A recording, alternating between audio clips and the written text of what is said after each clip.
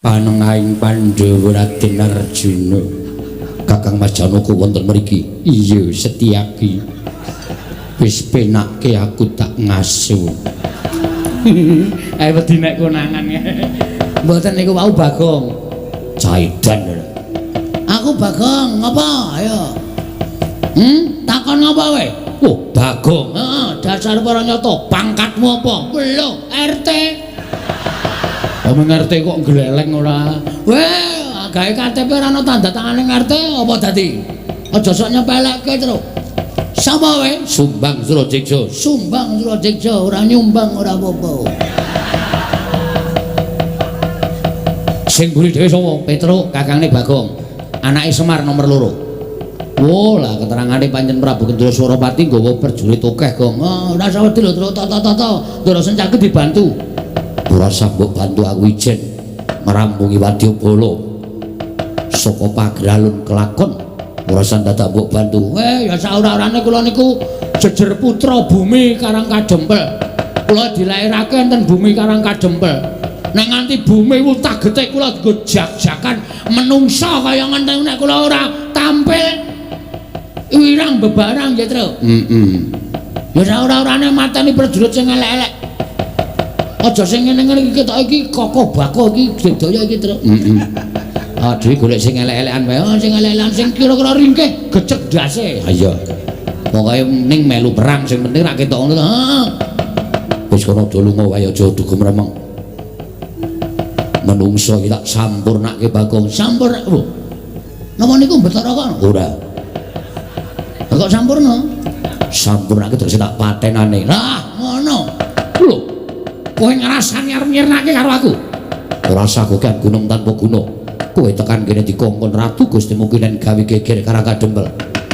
Ora nekuk penjalin golek dalan nyangkal putung bali ning negaramu aja takon tak babati gamanmu tak gulungi genderamu. Wah. Babu. Wani harau sing tawedene apamu. Ora mingkas karo tebak dana mungkin marganing patimu. Maju janggah pengen tinjung akhirat nyawamu bareng.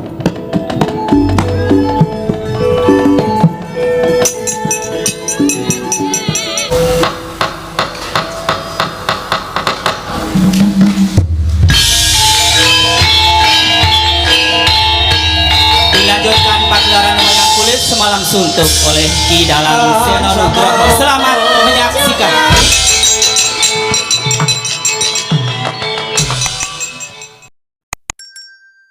Yai Semar aku ngaturake salam taklimku katur. Nggih. Kula tampi ndadosaken bombong raos sing manahipun ing abdipun Semar Badranaya.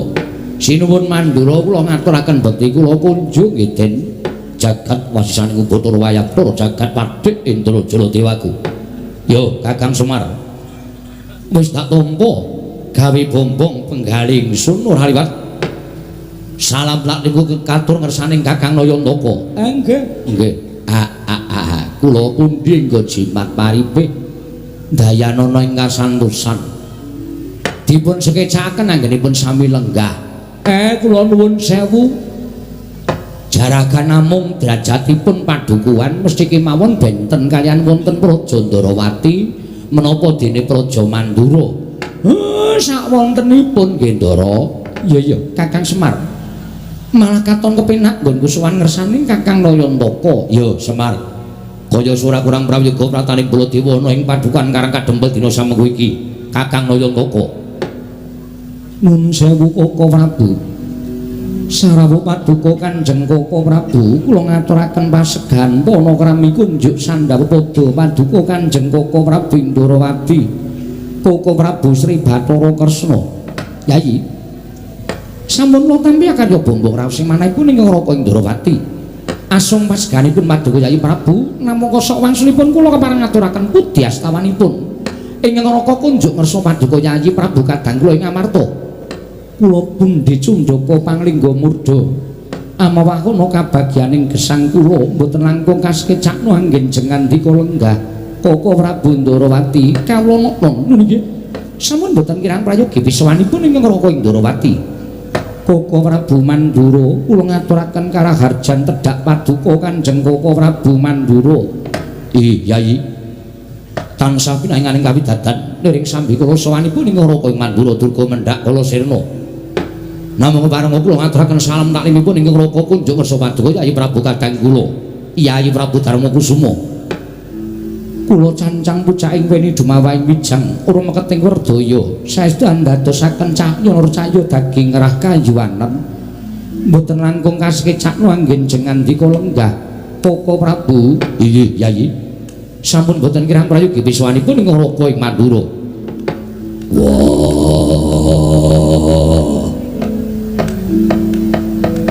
Kresna kakangku. Aku maturake sembahku katura Kresna kakangku. Sawetara wektu rawuh ana ing Karang Kadempel. Kresna kakangku aku ngaturke sembah. Werkudara iki, yo. Dimas.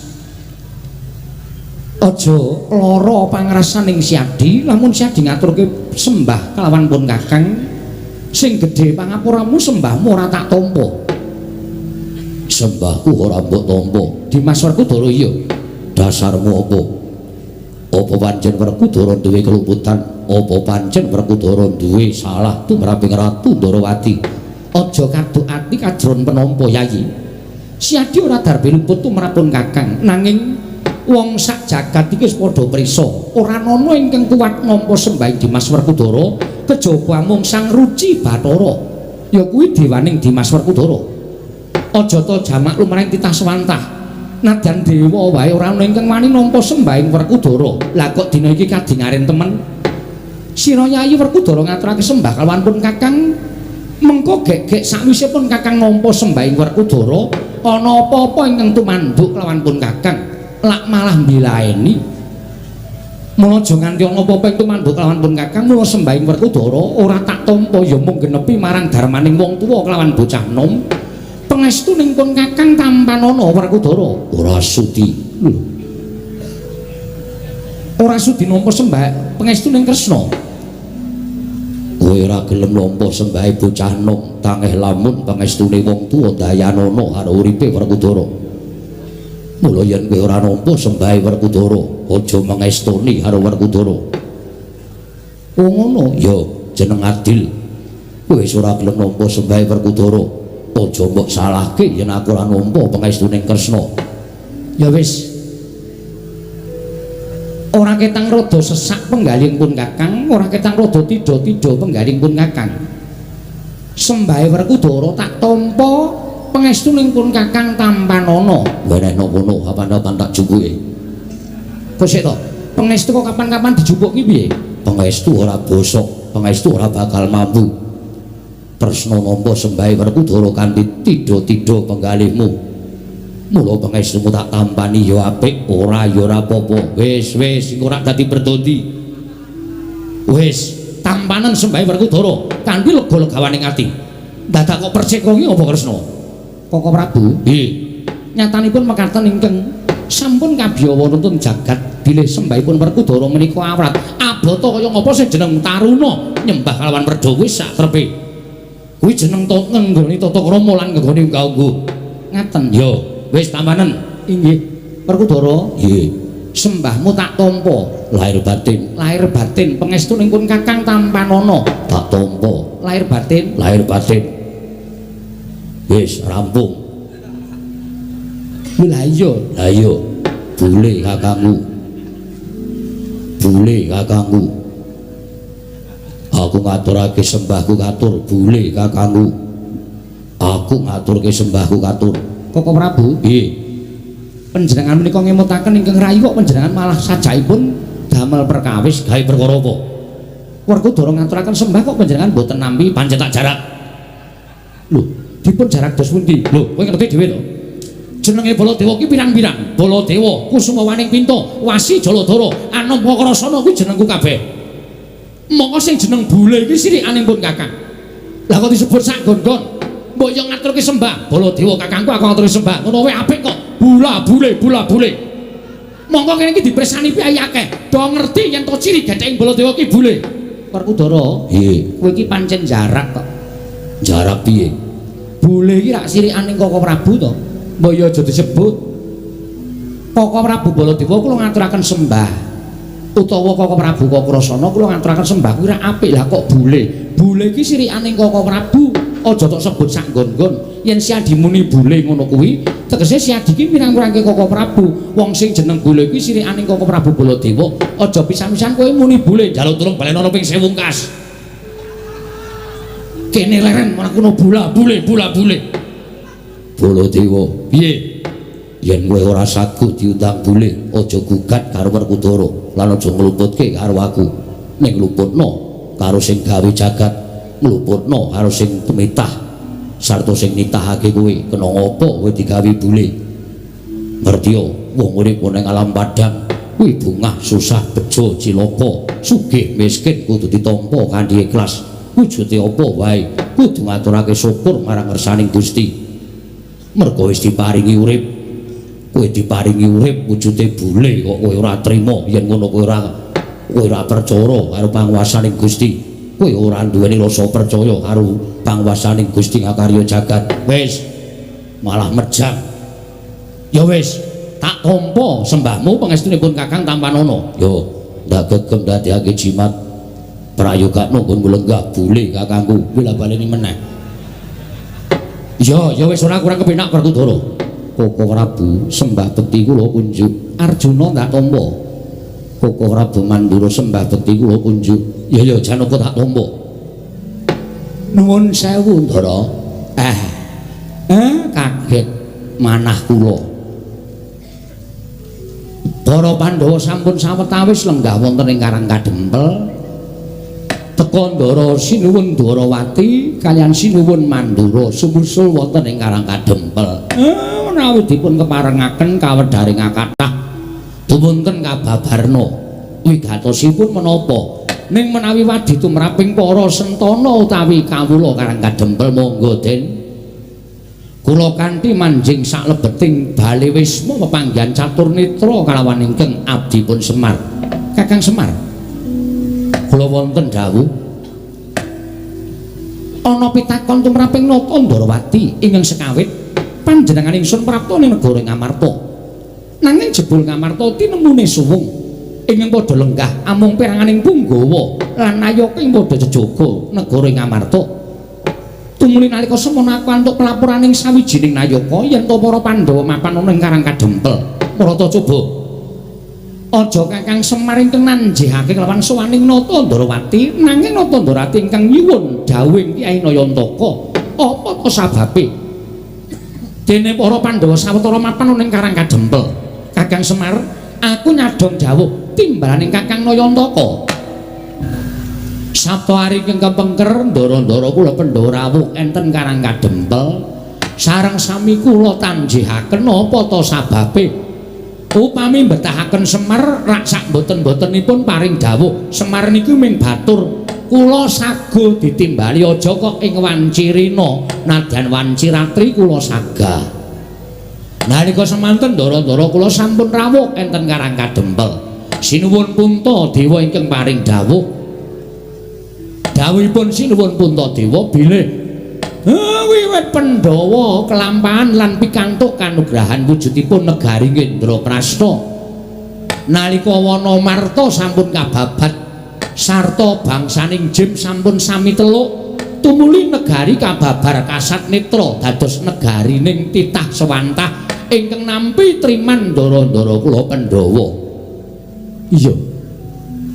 Nalika semanten ndara-ndara kula Pandhawa sawetawis lenggah dampar enten negari Ngamarta kaundhakaning praja mboten mantra-mantra mboten kados negari sanesipun nembe sekedhap kemawon sinuwun Puntadewa menika lenggah wonten praja Ngamarta gesangipun para kawula menika sami gesang kebak ing kanikmatan karukunan sami guyub rukun bandol rompol ruket dhateng kewajibanipun piyambak-piyambak tunggal cipta rasa karsa lan karyanipun harpa Ngamarta menika kathah pinten-pinten kapitadosan utawi kapercayan nanging sayuk rukun manunggal dados setunggal.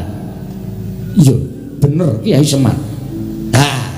Kawontenan sing kados mekaten menika kepengin dipun indakaken kawontenan negari Ngamarta supados saya sae saya sentosa saya kondang kawenang lan saged ngayomi dhateng sagung kawula dasih ingkang sami mapan wonten ing Kutagara ingkang sami mapan wonten ing Karangpradesan lan ingkang sami mapan wonten ing Paredèn menika supaya saged ngraosaken kanikmatan ingkang sami boten dipun benten-bentenaken. Lah niating Pandhawa menika badhe ambangun negari Ngamarta ya lahir ya batin mengkono Kakang nggih.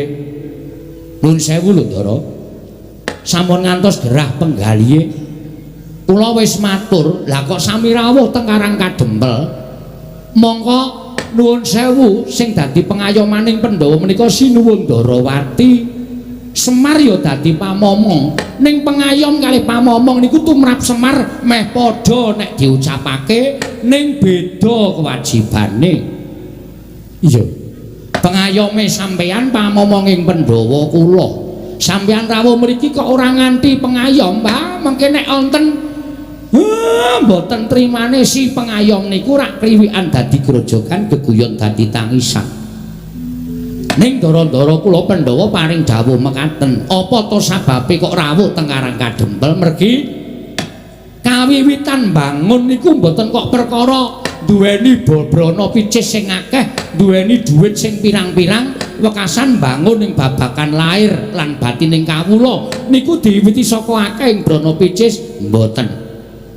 Tumraping kula bangun negari menika diwiwiti manunggaling kawula lawan Gusti tegesipun manunggaling para Pandhawa kaliyan para kawula supados raket penggalihipun manahipun para kawula caket kaliyan penggalihipun para pepundhen wekasan kawula menika rumaos dipun gatosaken dening para Pandhawa kawula nek rumangsa digatekke niku rasah disoki brana picis ora usah diwenehi bondo donya ning kawula mesti rumangsa kaya dipecut rasane rumangsa handar beni negarane wekasan cancut taliwonda bangun negarane mengkono Kyai Semar nggih.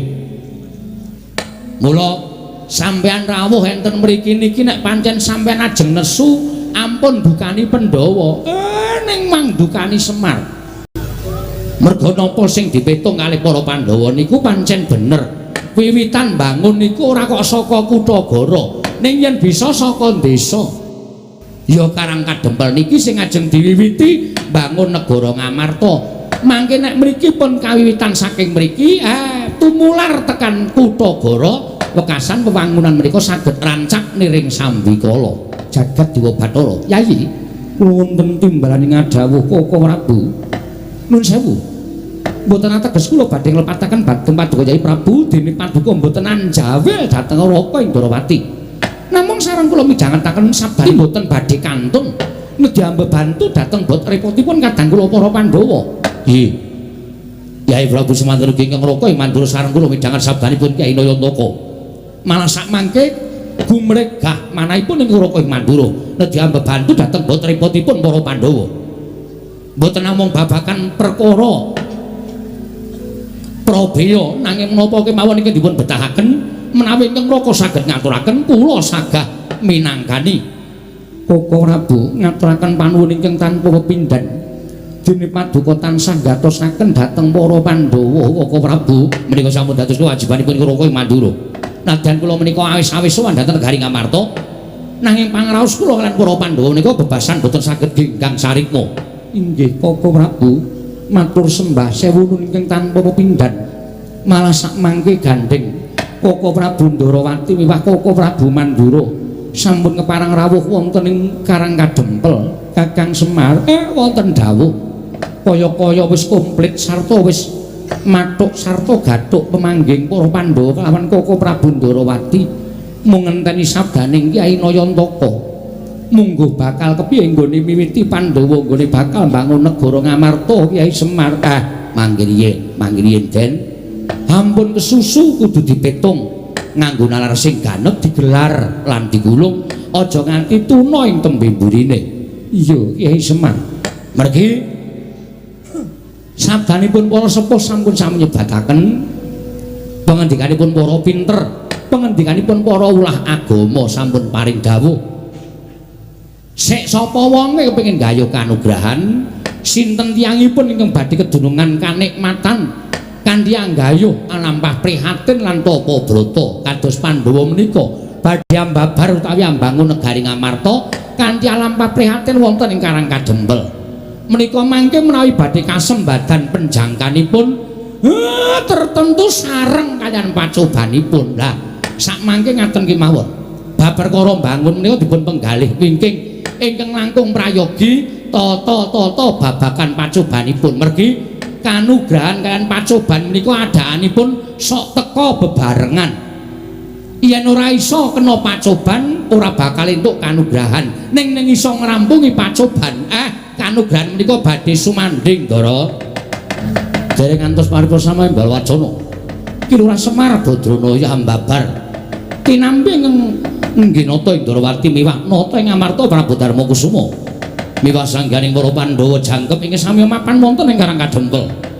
Dadak sakala ing mangke gedher madaning padukuhan Karang Kadempel sami alok yen to ana Nalendra. Ingkang wantun miyak sagung Kang Samya Sumewa. Manggah wonten ing Datulaya utawi wonten ing padukuhan Karang Kadempel. Drajak-drajak tanpa subasita akarya cingak Kang Samya mulat mangkono mrahing para kawula kanca biak-biak ana daya inggih dalu-dalan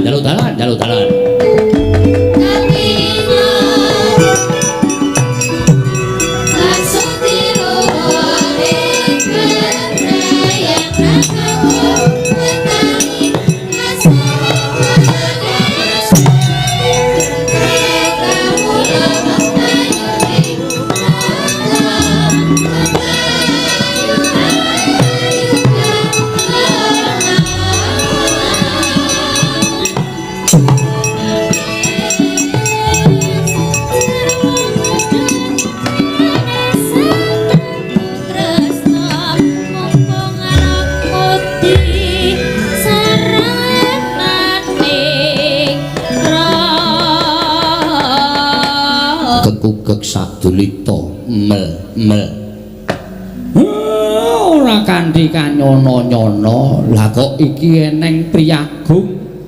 Wah, sing munggah ana ing pendhapa padukuhan.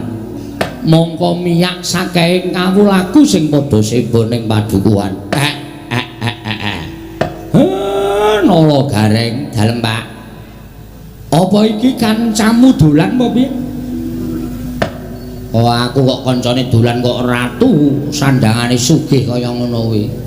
Sing biasane sok srawung karo ratu-ratu sabrang ki Bagong.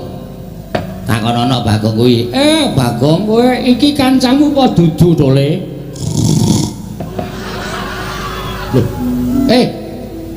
Cah edan lho. Bagong kuwi gugah kuwi. Wer. Kowe iki mah turu iki ngopo? Aku kuwi nek jejer iki males e. Ora gek limbukan. Wah, apa-apa kok limbukan ora. Jagongan ro piagung ki kaya rasane ki ora nyambung. Kono kuwi sing diomongke negara, aku sing tak omongke mung bangsa lelakon ning desa kanggo nek nyaut malah kleru. Bagong iki kancamu du. Lho. Kok mrene kowe, Jo? Jo sapa? Oh, udu ning udu. Udu kae rambuté abang kok kancaku kae. Ngawur ora. Iki wis ora disemir iki. Petruk iki kancamu dudu sanes. Mulai ora tau duwe kanca kaya ngoten. Timbali mawon Pak Wigatose napa? Niki ketoke kok kaya Nalendra. Iki kayane Nalendra Sabrang. Sinuwun. Sampun kinten kula tumambuh yekti saweg sepisan menika kula wanuh. Panjenengan menika sinten? Nalendra saking pundi? Sinten jejulukipun? Oh, Jagat Dewa Bathara. Ya jagat pangestu Ngara. Wah, dalah. Aja lara atimu yen aku ora basa karo kowe Semar. Merga derajatmu pancen bener. Jumbuh karo kondangmu yen kowe derajating Panakawan. Nggih, pancen kula menika namung batur. Kula menika namung Panakawan. Ya. Mula aja lara atimu yen aku ora basa karo kowe. Sabab ala tanpa rupa aku kuwi ratu. Nalendra. Ya. Saking pundi sinuwun? Saka negara ing Pageralun. saking negara Pageralun ya. Jejulukipun aku Prabu Gendra Suwarapati. Prabu Gendra Suwarapati ya pancen bener. Apa bener kowe ingkang aran Semar? Nggih ning kaya ngeten niki sing jeneng Semar. Lah pripun to? Kok sajake sampeyan tambuh kalih Semar Badranaya. Walah ta, gugu karepe dhewe. Ora jumbuh karo kondange. Persasat jagatingan kebrebeken marang mandanging Semar Badranaya. Wah, tak kira rasaning para kawula akeh kang padha ngrasani marang Semar Badranaya. Semar ki wujuding ratu, saora-orane nayakaning Nalendra. Lah kok jebul mung wujuding Panakawan, Gedibal, mung wujude kawula cilik. Mancen bener kula menika wujudipun namung kawula cilik. Yen ngono cocok karo ngumandangi. Kowe wong pinter, kowe wong wasis, kowe wong sing digdaya. Buktenake para Nalendra kang padha rawuh ana ing papan kene. Ketitik kowe lenggah ning pendhapa sineba para Nalendra nitik kalawan agemane. Sampun ngantos ngaten menika bendara-bendara kula. Lho. Bendara-bendaramu nggih sing lenggah wonten wingking kula menika Sinuwun Puntadewa. Wah, Sinuwun Puntadewa. Nalendra Ngamarta leres. Sing endi piyayine? Sinuwun Puntadewa kok mripate ambane ra jamak-jamak. Bagong keprok watu ndasmu kowe. Sinuwun Puntadewa kok kowe ngacung lho, Gong. Ayo ben kaya gleleng. Sinuwun Puntadewa lenggah ning kene kok kowe ngacung lek dukani. Ora apa-apa Bagong, kowe ngaku Puntadewa ya ora apa-apa. Kowe ndek nada cerewet. Sing duwe jeneng kowe diakoni ra apa-apa kok. Ingkang wenggah wonten wingking menika. Wah. Sing ning mburi kuwi. Inggih. Menika Sinuwun Puntadewa Nalendra Ngamarta niku bendara kula. Lah niki Ndara Janaka. Niki nggih bendara ingkang lenggah wonten wingking sampeyan minggil jumeneng nika Ndara Werkudara. Sing wingking sampeyan saged niku Sinuwun Ndarawati, wingking sampeyan melih menika Prabu Baladewa. Walah dalah ora kowe iki Semar iki madhep dukun apa piye? Lho. Kok madhep dukun pripun? Lah nyatane akeh para ratu-ratu sing padha rawuh ning Karang Kadempel. Buktine mesti padha njaluk pesugihan, njaluk arisan, njaluk kadigdayan marang kowe. Nuwun sewu. Sampeyan ampun ngawur. Ndara-ndara kula Pandhawa niku mboten kaya ratu-ratu sabrang kaya sampeyan. Nek sampeyan dadi Nalendra, wis wegah cerak karo kawula, wis wegah caket karo para kawula niku wis lumrah. Ning nek Nalendra tanah Jawi, Sinuwun Puntadewa, Sinuwun Kresna, Sinuwun Baladewa niku arepa wis dadi ratu ning isih kelingan karo sing nyoblos biyen. Ngoten. Dadi tetep tejak enten masyarakat cilik ngene iki tetep disambangi, tetep dicaketi. Ora kaya sampeyan kula ngerti watak sampeyan niku nek wong sabrang niku lek apik niku nek lagi magang. Niku janjine kaya dara kekalangan, mula jure ra jamak-jamak. Ning nek pun dadi ya ditagih mesti mblenjani niku adat sing saben kaya ngono kuwi. Wah, wah edan. Kowe batang apa sing dadi uripku ning negaraku lah kok cocok. Lah, rak tenan to. Wis ketok sampeyan niku ratu sing bentuke kaya ngoten niku lho kowe sapal mesti watake angkara budine candala nuwun sewu lho ora tau ngerti karo sing bibit kawit lah niku eleke enten mriku niku pun saniki sampeyan ajeng napa rawuh teng Karang Kadempel wigatosipun ajeng pripun kula tak nyuwun priksa nek kepareng kula badhe midhangetaken sabdanipun Sinuwun Prabu Gendra Suwarapati. Iki ngene Semar. Malah kepasang yuk katujing ngene praptaku ning Karang Kadempel iso ketemu kalawan Semar Badranaya. Ngerti yo? Yen to negaraku iki ketaman pegebluk. Negara Pageralun iki ketaman pegebluk. Akeh kang padha tekaning pati, esuk lara sore mati, sore lara esuk ketiwasan. Mongko wis ora kurang-kurang nggon ngrawake para brahmana winasih Siwa Sugata miyang para nimpuna supaya nambak rengkaning praja parandene ing tak tindakake gagar wigar tanantuk karya. Mangsa kala ingkang prayoga aku nglakoni sare-naritis sesemek ron Raja Mala abebantal bata sarimbak. Nalika semono aku entuk sasmitaning dewa. Negaraku iso waluya nirmala temajati jati temah mulya. Yen to kerawuhan Semar Badranaya. Wah, lehku goleki papan dunungmu nganti kekalangan Malaya jagat iki persasat wis kemput tak ubengi. Tinemune wujute amung padukuhan Karang Kadempel. Ah, mula Kang saka kuwi Semar. Praptaku ana ing Karang Kadempel iki, aku njaluk lilaning atimu ayo tak boyong marang negaraku Pageralun. Ora ketek amung telung kedheping netra. Kowe lenggao sawetara ana ing Pageralun supaya dadi sarana waluyaning negaraku saka nggone padha nandhang pagebluk mau Semar. Kula ya. Meng kaya ngene kok. Dadi jamu iso marai ilang pagebluk. Wis, ora usah dadak kowe kuwatir. Yen kowe gelem tak boyong, kowe njaluk apa? Tekan negara Pageralun omahmu ora kaya ngene iki. Yen perlu tak riasake omah loji. Yen butuh titian kowe ngaranana titian kereta kencana tinarik kuda 8 bakal tak sawisake. Kowe ngerti ora? Prabu Gendra Swaropati kuwi wong sugih mblegedhu ratu ingkang bandaku seprapat jagat dhewe. Mulai yen to nuruti marang apa sing dadi penjalukmu ora bakal entek bandaku kowe kondo. Omahmu iki dimbroke, kowe pindah ning negaraku tak wenehi omah sing luwih apik. Pendopo jaluk pira gedene? Sakane njaluk pirang inci mesti bakal tak turuti. Yen perlu kowe duwe kulawarga gawanen mrono kabeh. Sak anak-anakmu gawanen tak yasake omah kabeh. Lembak. Iki ngapa igong ora? Wah ya iki anu apa jenenge iki harapan yang betul-betul cemerlang iki. Harapan gelem bangane nang kene. Omahmu isih apik, omahe Petro isih apik, omahku wis dos. Bolak-balik digrobek Satpol PP. Kon pindah rono. Saking dene ora tok upakara omahe sing lengenahi bapak kok. Awite nek kebutuhan go sekolah anake adol. Wah iki ngedolan ora.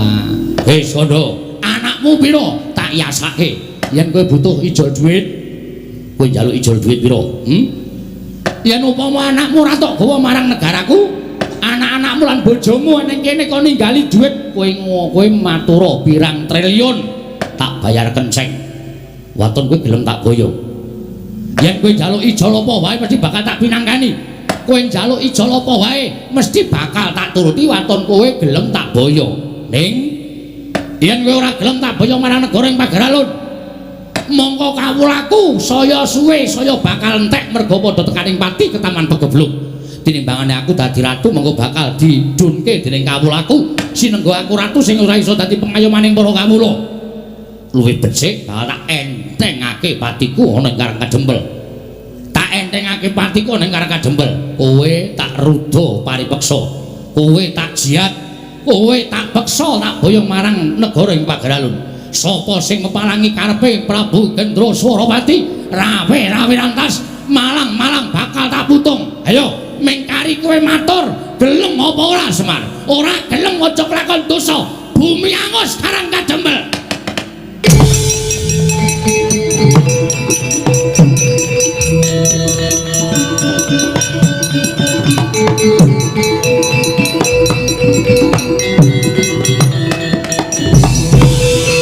Kowe arep ngopo? Kowe arep ngopo kowe? Sabar Bagong iki iso dirembuk. Aja nganti dadi dretah, aja nganti gawe gegel. Meneng iso ora kowe? Aku ngene iki ngewangi kowe, Pak. Aku sebagai anak kuwi kudu iso mikul dhuwur mendem jero karo wong tuwa. Nek bapakku diancam Semar, kowe gelem wangsulan apa ora? Ora gelem wangsulan tak ruda paripeksa. Kuwi aku minangka anak iki kudune cancel tali wanda. Mula kowe mikir aku. Ora sing meng tok pengpeke meng gareng karo Petro. Endi donge wangi kowe? Demeng mendono mripate cak. Ana kanan kaya ngene kanan genteng. Kaya ngene kok mung do meneng wae. Dekno sing tok tukoke sarung mung Petro wae. Gareng tok tukoke pecis mung gareng wae. Aku blas ora tau tok kaya apa-apa. Ning saiki dadi bukti bahwa sing pancen sambelani karo Semar ki mung Mas Bagong.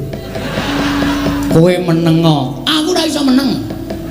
Wis ta iki ratu iki nek aku ora mangsuli, ora rampung-rampung, mergo kowe engko mesti blegek-gek ngene sinuwun.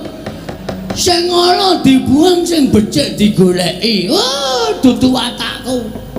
Aku nek kira-kira ana sing arep ngisro Karang Kajempel, arep gawe bucek kan banyu bening Karang Kajempel, aku sing ora trima. Nek dadi perang kowe wani apa piye? Lho, iki ngopo akeh wong ngene iki? Lho, lah kowe, lho aku ora mung sebagai MC.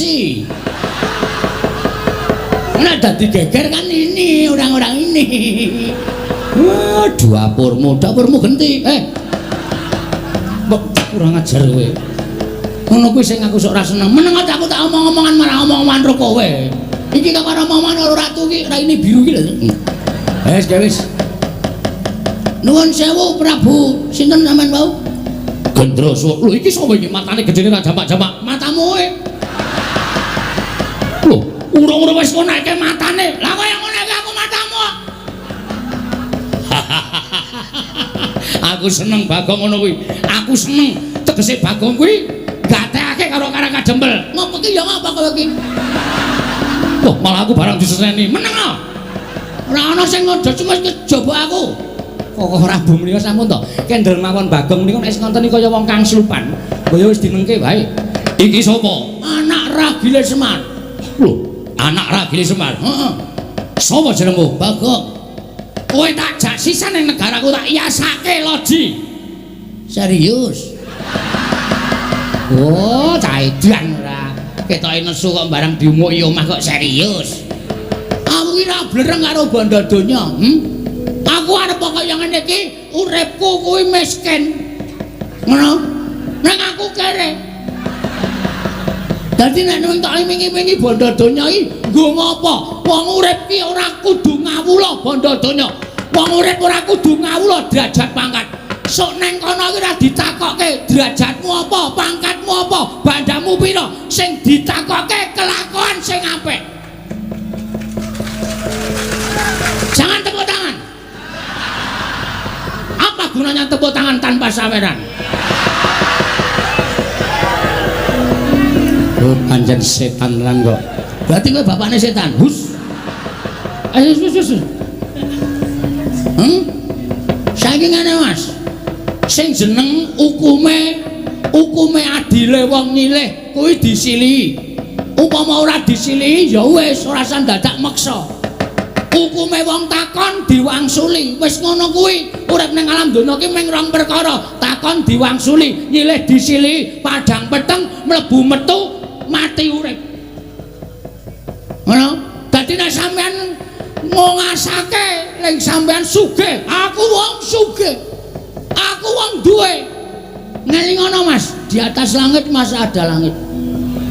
Sak sugih-sugih wong isih ana sing luwih sugih, ming sampean urung ditempokke karo wong sing luwih sugih karo sampean. Sak digdaya-digdayane wong isih ana sing luwih digdaya, ming sampean urung ditempokke karo wong sing luwih digdaya tinimbang sampean. Sak pinter-pintere wong isih ana sing luwih pinter. Ngono kuwi hukume alam wis berlaku. Nek kowe arep meksa karo Semar ora iso, ana anake. Semar duwe kewajiban nang kene ora sak penake dhewe. Lho, yen ngono Semar ora gelem tak boyo ning Pager Alun. Mesti ora. Semar ki ora tau gelem diboyong nang ndi-ndi arep dipameri brana picih. Semar ki ora tau gelem. Semar ki nek wis gelem sugih. Semari nang kayangan kok, ya Pak ya. Iki kakane Bathara Guru e, ha ta Pak? Iki Bathara dosen udu-udu.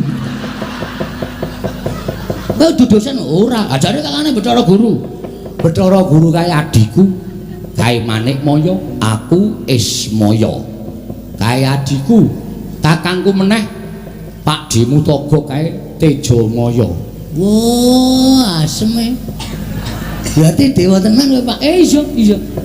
Wah, gleleng iki aku anak dewa ya, Pak ya. Kapan-kapan dolan ning kayangan, Pak. Rasa. Aku pengen renang ning Karang Kawidodaren. Karang Kawidodaren tok nggo renang banyune bucek. Juangkalmu meko ya. Semar Taruda paripeksa. Kowe arep ngulda paripeksa karo Semar. Betenge Bagong. Lho, yen ngono kowe wani karo aku sing nawedani awakmu. Wah, ladalah. Wah, aku ya ladalah. Dian iki menungsa apa iki? Menungsa tenan genah urip ngene padake anggepmu aku wis kok batreno wae. Iki menungsa tenan kedunungan nyawa. Wah, ayo ngendi pampane wong neter kanthi dayan. Kowe lah nantang tenan kowe. Hah? Muni piye? Muni piye kowe? Lho kowe kebangetan nek kowe carane ngono kuwi. Kowe kebangetan. Kowe malah nyumbari Baladewa. Iblis lanat kuku karepane. Manungsa ora takara karo jajaran nyumbari Baladewa. Ratu Mandura sumbari keparang.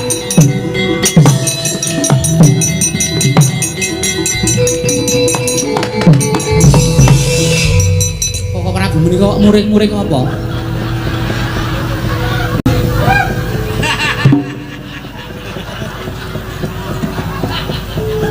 Lah iki Bagong mau muni.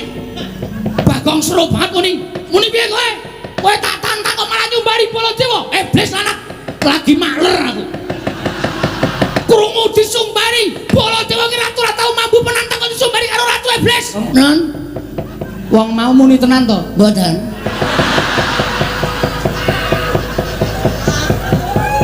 Atur nek ora muni apa-apa. Senengane kok percaya karo Bagong lho. Kowe iki ya edan kok Bagong. Apa suwe? Lah wong ratune ora nyumbari kok Prabu kok kowe iki muni nyumbari Baladewa. Nek ora ngono, sapa sing arep mungsa? Lho, lah kowe iki bengok-bengok ki mau apa? Wis matur to kula niku meng MC. Kula niku meng nantangke. Nek ora tak ngontenke Prabu Baladewa ora tumandang karya. Tur mulai kok Prabu menika kok ya manut karo Bagong. Oh iya ya aku edan kok ya. Lah aku ki ratu kok meng di Bagong bengok ngono aku kok njur nyeret ratu kae mau. Terus pun dilakoni mawon mboten napa-napa. Dirampungke sisan. Ratune metu sampean sing nyeret berarti dendame karo sampean. Wah, setan ya. Lah aku dadi digoleki musuh karo Bagong. Ha iya. Lah ngapa nang kene tengok-tengok? Kancane do nyambut gawe kok meng tengok-tengok. Kowe wong edan tenan kok kowe iki senengane. Ora pisan ora pindho lho. Karaku ya ngono to kowe ya to. Kelingan ora? Ora wis suwe. Merasa dieling-eling. Lho wis tau diapusi Bagong. Nate lho edan tenan kok Bagong iki. Lho perkara kula menika nembe wonten Ngamarta. Lah kok Bagong iki mlayu-mlayu. Matur kaliyan kula. Nuwun sewu sinuwun. Ingkang garwa Plakapi Dara mboten ling Purwadasa. Kula wangsul bojo kula telu niku waras kabeh. Apa ora menungso ora tatanan ki? Aku iki gumen. Aku iki omong apa-apa kok ya do dipercaya. Mong aku kerep ngapusi ya, Tru. Heeh. Kok isih gampang do dipercaya lho. Pancen cedhis kok iki. Kowe iki gawe masalah. Gawe masalah piye, Pak? Ratu kae mesti ngamuk. Tantrimane ratu kae sapa sing arep nandangi? Lho, Sapa aku ora ngopo-ngopo? Lah sing nyeret sapa? lah rak tenan to malah ketiban awu anget aku. Alah ora masalah. Wong biasane ya nesu-nesu ya. Ndara Werku Dara, Apa? sampean lilo nek Semar diboyong teng Pagur Alun. Ora. Nek ora lilo ratu mau kudu mundur. Yo, aja kuwatir. Ah, krungu ra kowe. Wah, iki kowe mengono wae do dipercaya Ndara Janaka. Apa Bagong? Sampean ikhlas kelangan Semar. Nganti mati aku ora bakal iso kelangan Kakang Semar. Nah, nek ana Semar diboyong wong, Aku ora trimo. nek ora trimo sampean kudu iso ngundurke ratu. Tak ajari mengko aja kuwatir. Nah. Iya. Ah, iki kabeh. Ndara Kresna, Ikhlas kelangan Semar. Ikhlas. Oh ya wis. Aku arep tok aku sih ya ta. Cah pinter ya. Hus. Karo ratu kok cah pinter. Lah napa kula wis matur to. Kanugrahan iku nek cepak cobane ya bakal ndang teka. Lah ndoro dasih ucape Semar. Mula wektu dina iki nek pancen sami mboten ikhlas Semar diboyong teng pager alun kula njaluk Karang Kadempel kudu padhang. Kudu padhang nek mboten padhang nggih sampun wewangunan lahir batin sing ajeng dibangun teng negara Ngamarta niki mengke bakal nyrimpet nyandung merga ana menungsa sing jeneng Gendra Swarawati. Kok Prabu Mandura nggih. Kedah tanggel jawab yo tak tanggunge aja kuwatir. Yen mungsuh ratu kaya ngono kae mbok rangkep limo ora bakal tak pinggal unjak. Yen ngono gandeng aku wis dipasrahi Kresna. Mengko mundhak kesuwen ratu kae tak tututane Koko Prabu ing ngatos-atos ya Werkudara. Nggih. Melu aku. Yo ayo tak derekke marang kakangku jaluk pamit kok Werkudara sing ati-ati aja kaya bocah cilik.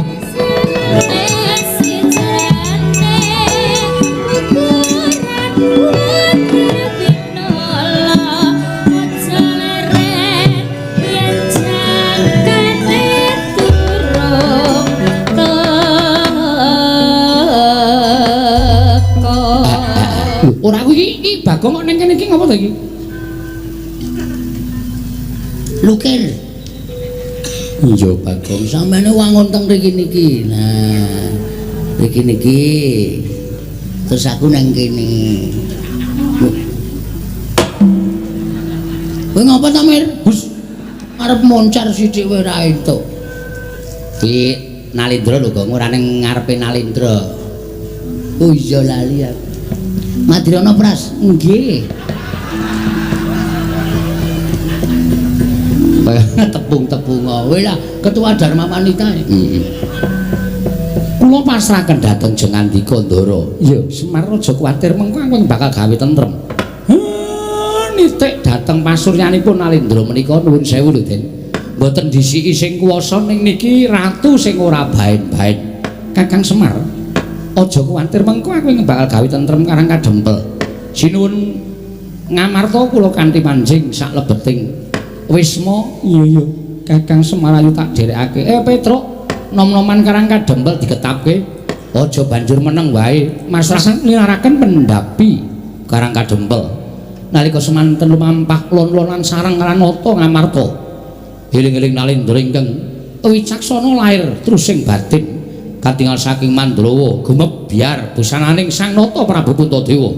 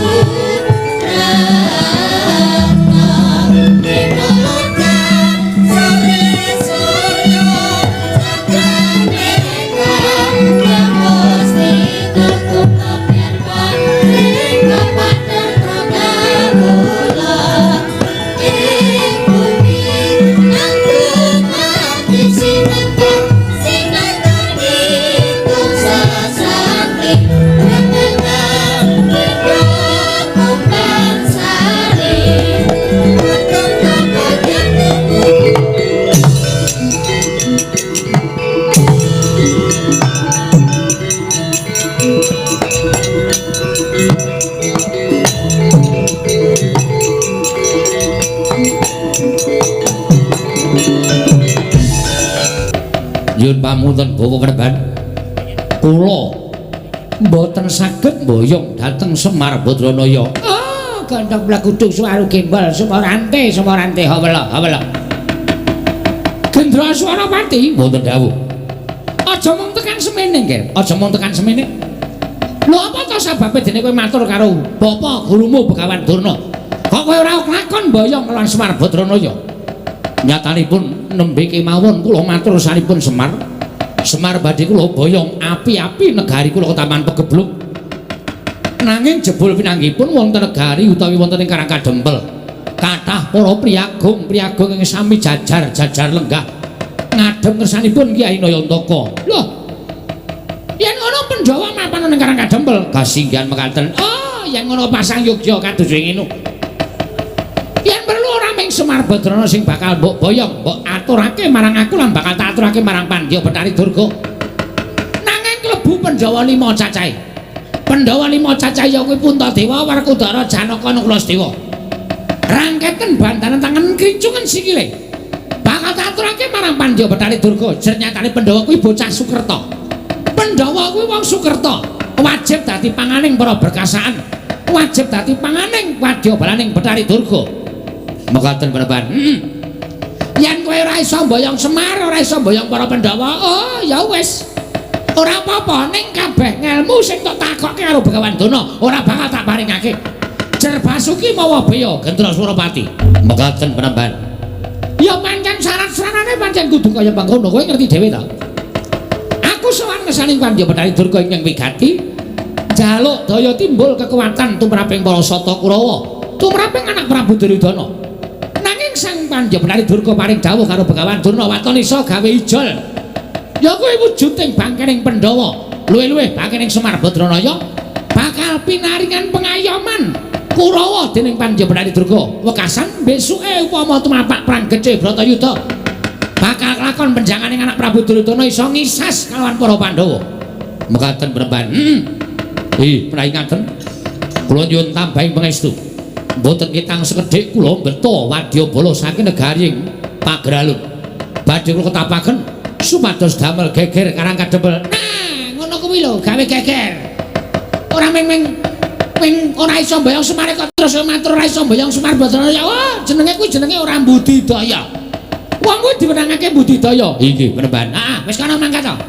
Wadyabala Pager Waja Pageralun. Pageralun diketapake. Supaya gawe geger Karang Kadempel. Lho niki ngestaken dawuh paduka penemban kula terus minggat. Oh iya, ya cetak. Saka kadohan aku ngulotake karo kowe, Gendra.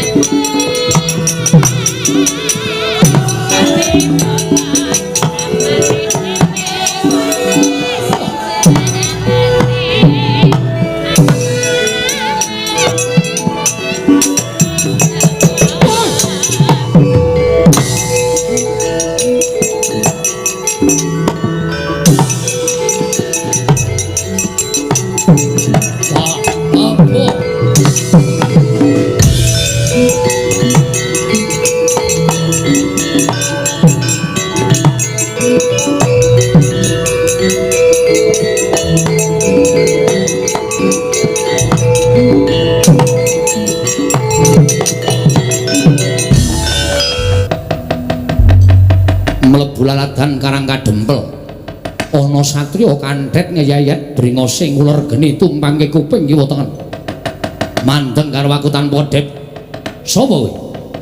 Takon karo aku Senopati Dwarawati Raden Setyaki. Raden Setyaki dasar para nyata. Balik kowe sapa? Kekeseting Sang Prabu Gendra Surapati. Aku tumenggung Sumbang Suradikja, tumenggung Sumbang Suradikja. Ya. Sing mburi sapa? Takon karo aku panengahing Pandhawa Raden Arjuna. Kakang Mas Janaka wonten mriki. Iya, Setyaki. Wis penake aku tak ngaso. Ae wedi nek konangan. Mboten niku wau Bagong. Caidan. Aku Bagong, ngapa? Ayo. Takon ngapa kowe? Oh, Bagong. Heeh, dasar para nyata. Pangkatmu apa? Lho, RT. Mengerti kok gleleng ora. Weh, gawe KTP ora ana tanda tangane RT apa dadi? Aja sok nyepelekke terus. Sapa kowe? Sumbang Suradikja. Sumbang Suradikja ora nyumbang ora apa-apa. Sing mburi dhewe sapa? Petruk kakangne Bagong. Anake Semar nomor 2. Oh, lah keterangane pancen Prabu Gendra Surapati nggawa prajurit akeh, Gong. Oh, ora usah wedi lho, tata-tata. Ndara sencaket dibantu. Ora usah mbok bantu aku ijen ngrampungi wadyabala saka Pageralun kelakon. Ora usah dadak mbok bantu. Weh, ya sak ora-orane kula niku jejer putra bumi Karang Kadempel. Kula dilairake enten bumi Karang Kadempel. Nek nganti bumi wutah getih kula nggo jak-jakan menungsa kaya ngene nek kula ora tampil wirang bebarang ya, Tru. Ya ora-orane mateni prajurit sing elek-elek. Aja sing ngene-ngene iki ketok iki kokoh bako iki sedaya iki, Tru. Dhewe golek sing elek-elekan wae. Sing elek-elekan sing kira-kira ringkih gecek ndase. Ha iya. Pokoke ning melu perang sing penting ra ketok ngono. Wis kono do lunga wae aja dugem remeng. Menungso iki tak sampurnake Bagong. Sampurna. Napa niku Bathara kok? Ora. Kok sampurna? Sampurnake terus tak patenane. Lah, ngono. Lho. Kowe ngrasani arep nyirnake karo aku. Ora sagokan gunung tanpa gunung. Kowe tekan kene dikongkon Ratu Gusti Mukinen gawe geger Karang Kadempel. Ora nekuk penjalin golek dalan nyangkal putung bali ning negaramu aja takon tak babadi gamanmu tak gulungi genderamu. Wah. Babu. Wani karo sing tawedine apamu. Ora minggas karo tebak dana mungkin marganing patimu. Maju janggah pengen tinjung akhirat nyawamu.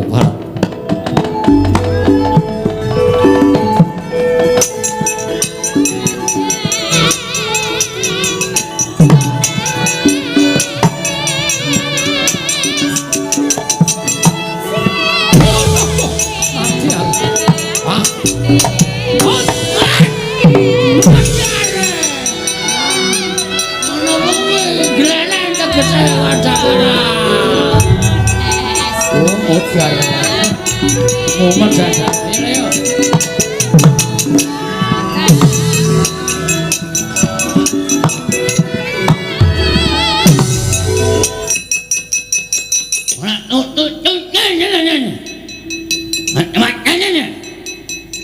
Gong, Rene otakne dolanan. Apa ta, Tru? Rene yo.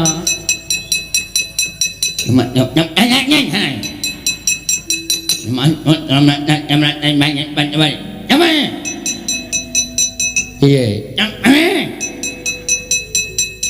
Maksudnya nyanyi sapa? Kowe. Aku piye? Nyanyimu.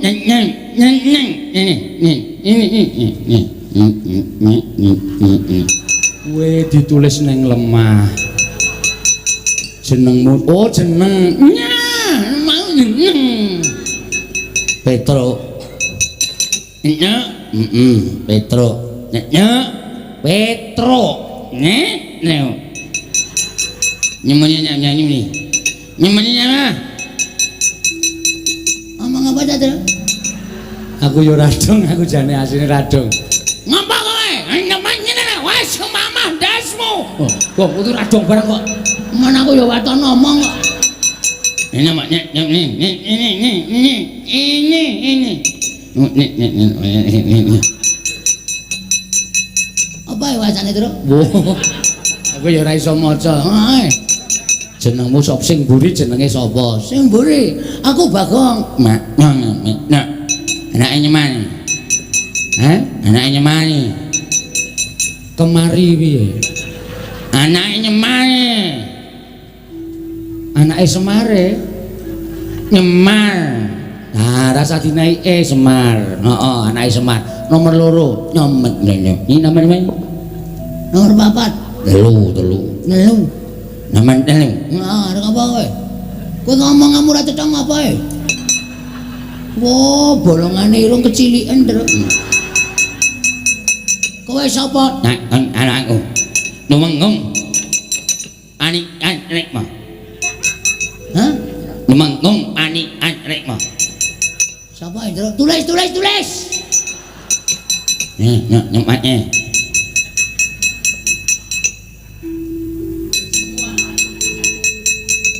Tumenggung Panigas Rekmo. Walah, tukang cukur ta kowe. Nganyun dak matos. Tukang cukur dak matos. Tumenggung lah tukang. Ha, amat ai banyak ya. Ojo, patut ae. Tidak mati anyar banyak. Mana nampak yo lak apa ya? Tulis oke banget. Ngomong kok mayat tulis yo bangen kanake lemah. Aku ra dong Nyemar. Heeh, Semar piye? Mohon nanya. Kincung iki. Lek lincung. Nek lincung manganen. Aku dong nek iki dong aku. Lek lincung manganen ngono to. Ngene paham. Aku dong iki paham lho ta. Semangnya dengan ini pondok tangane lincung cikile. Ayo konanya Prabu. Namanya. Sapa? Prabu namanya. Maksudnya bapakku arep tok krincung tangane tok bondo. Tok bondo tangane tok krincung sire tok aturke Prabu. Namanya. Gendro Suropati. Namanya. Ah, entuk pepunga. Mundur. Ora level. Ora level. Ya. Aku nemu ngomong ere. Mundur. Wah, kepruke watu ndase ya terus aja sing. Aku dinake kere, aja sabar kowe. Mesakake lho iki ketoke kaya ngene iki. Nyang apa? Aku aja dimenyake. Iki kulino kenang maju nang paparanan. Ha? Ani ramanya marano. Nyanyi ora mundur. Lakon tinjung akhirat nyawamu dinaiki.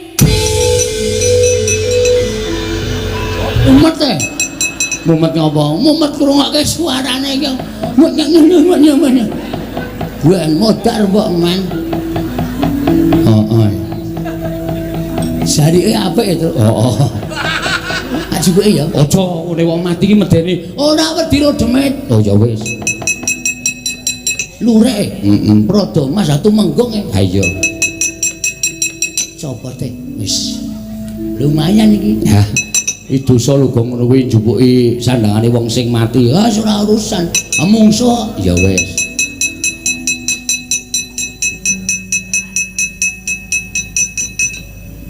Kacoke ya lumayan.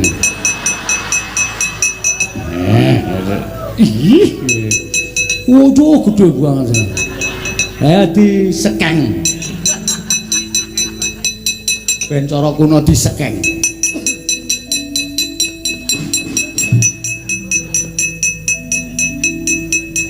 Bangane ra ganti. Wedan gareng iki ketegelen nek kowe. Wedan ngene kaya ngono iki to. Wis mati ora krasa. Lho, mbakune mawut-mawut kok. Tak kukup apa lintingen, Mak. Wah, kon linting aku ora. Kuwi cepet banget lho nek disumet.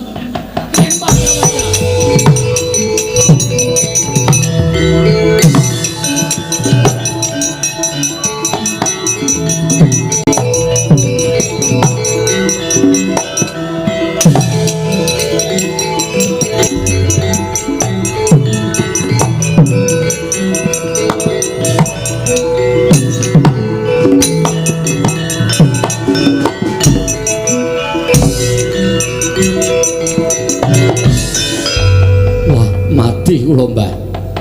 Piye? Jebul Karang Kadempel sing jaga mboten namung anak-anakipun Semar. Lah sapa? Sing jaga satriya-satriya pepethingan kula pinanggih kalian Raden Setyaki.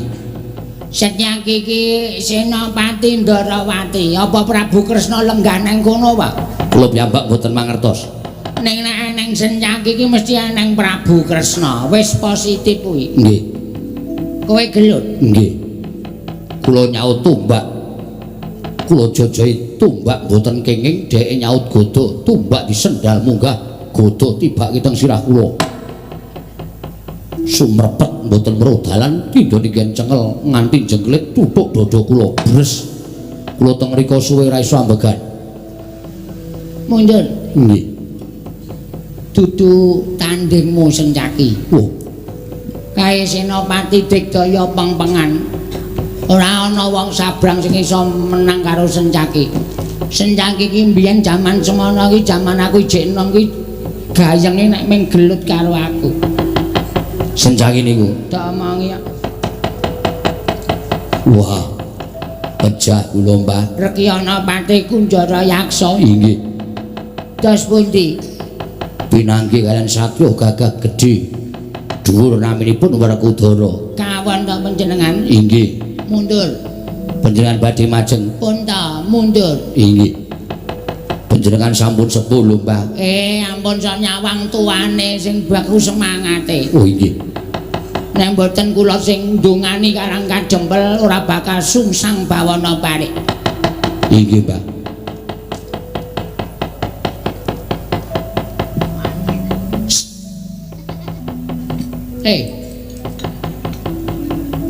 Arep maju ora kowe? Arep maju ora? Ganti jeneng po ajek jenengmu. Jan. Laura. Maju apa ora kowe? Kok meneng wae kaya wong ngalamun. Kowe maju iso ngalahke wong-wong Karang Kajempel. Bakal gedhe gancane saka Sinuwun Prabu Gendra Swaropati. Waduh.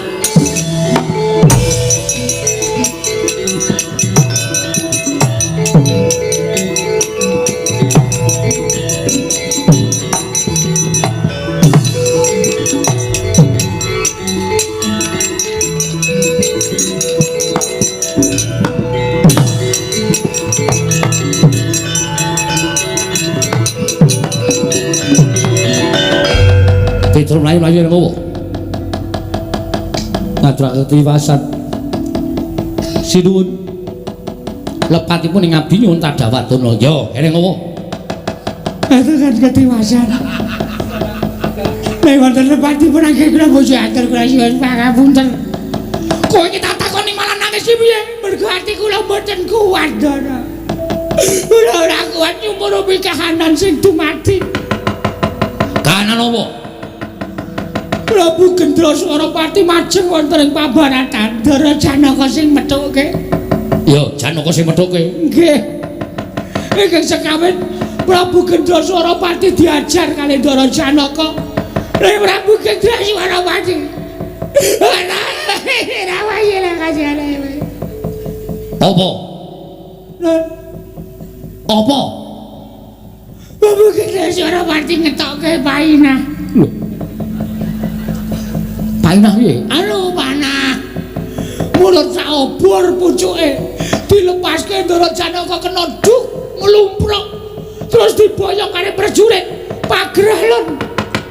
Dara Werkudara mlaju kenging pusaka duk nglumpruk gawa karo prajurit pagrelun. Niki pun entek mau diboyong. Wah, iblis anak. Tuku karepe dhewe kowe boyongi para pandhawa. Nata mantura Prabu Baladewa. Babarno pisan lekane kapiku parang.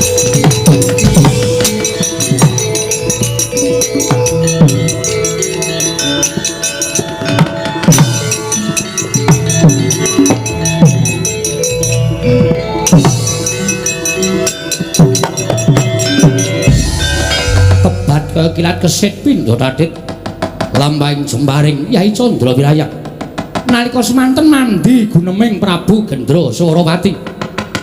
Bilih sanuta Mandura Prabu Baladewa badhe dipun damel lirang. Kenging dadaning nata mandura ora sirna marga layu ical wujuding Nalendra. Dadi wujud sardula sadaran teji gedene.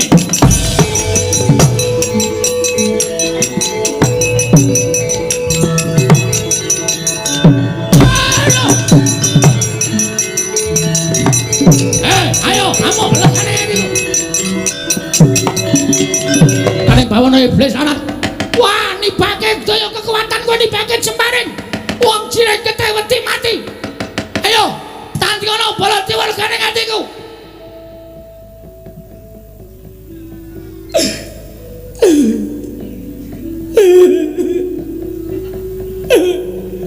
Petro apa kowe malah nangis nang karepku apa?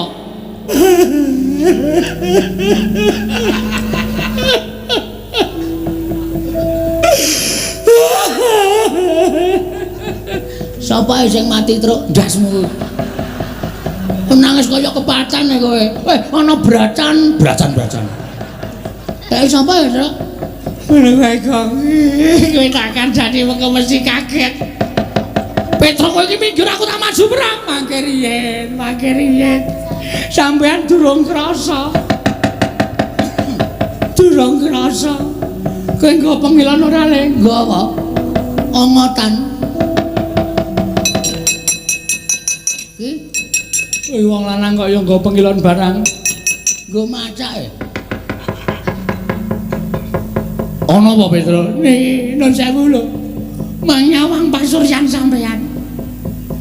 Lho, iki karepe piye? Ana macan barang.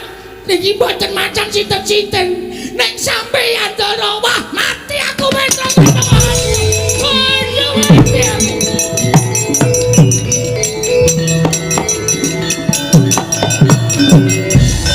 Wah, mati macan iki piye? Ora ya ora ngerti kaya.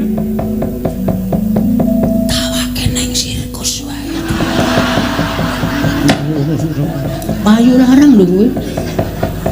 Aduh Petro, aku mati. Wah, lal piye Petro kanane aku tadi kaya ngene.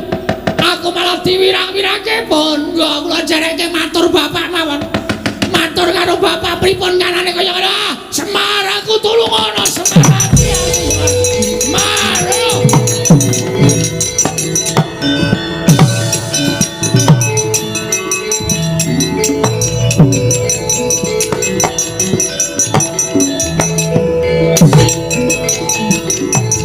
Aduh, Semar mati aku.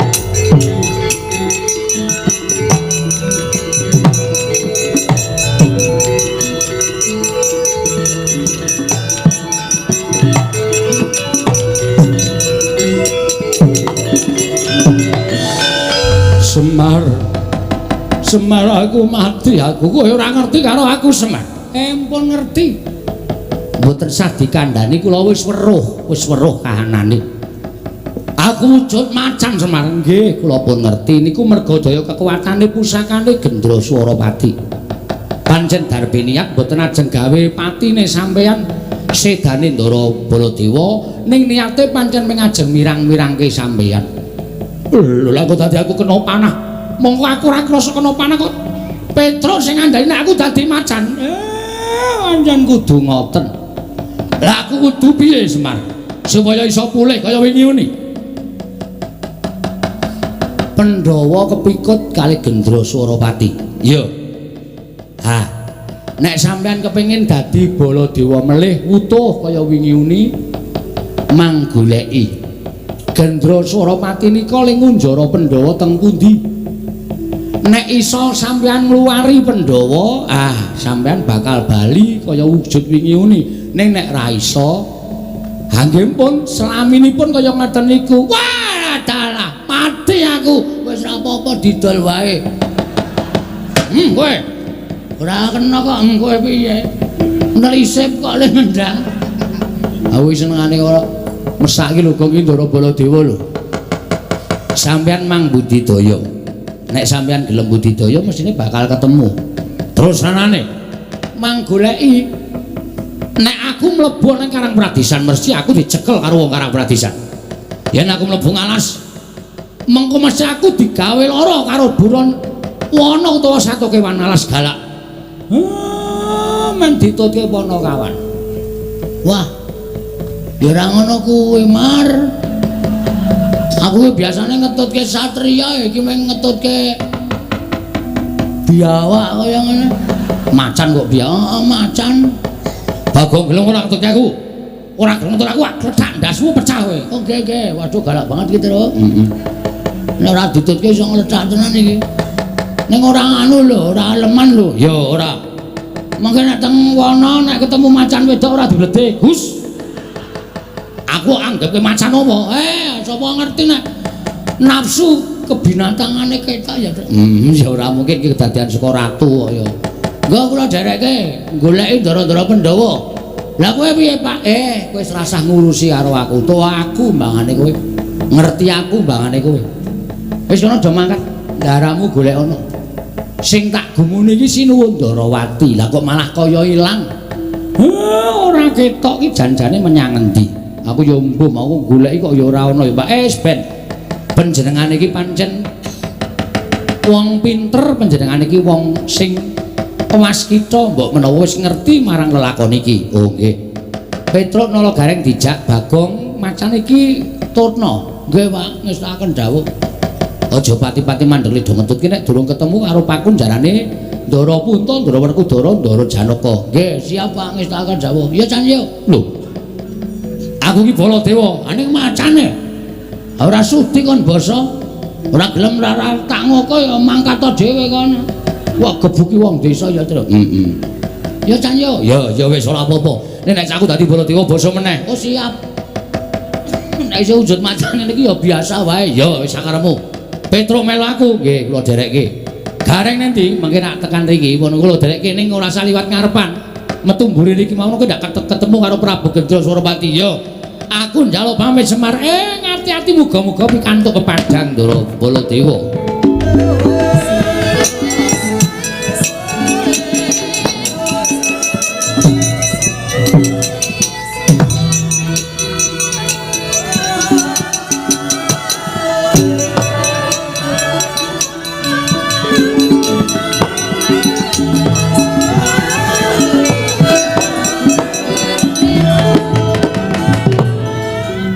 Kira Semar nalika semanten meger-meger datan mubah datan musik parang panguwasaning dewa dene mekaten pacoban ingkang kinampi dening Sangya para Pandhawa sigra anglala sumpingipun ingkang setunggal wujud lombok abang den banteng wonten ing Bantala sinartan rapal mantram sakti ical wujuding lombok abang ana wujuding Semar Badranaya tan genggang sarikma kelawan Semar ingkang sejati.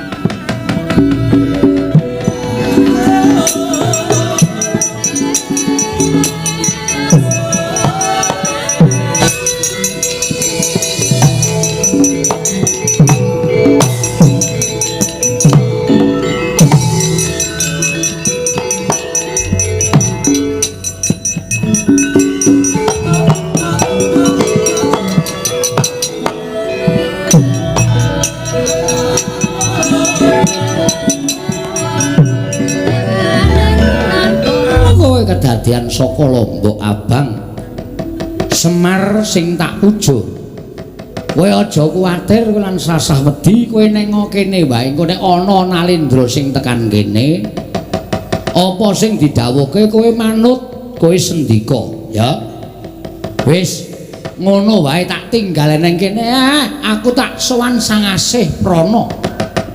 Lah kok dadi kahanane kaya mengkene geger ora karu-karuan. Kersane kepiye aku tak nyadong timbalane Sang Asih Prana. Wis ngono wae welingku, aja ganti gawe gelane. Gendra Suropati Ratu Sabrang sing arep tekan kene Semar.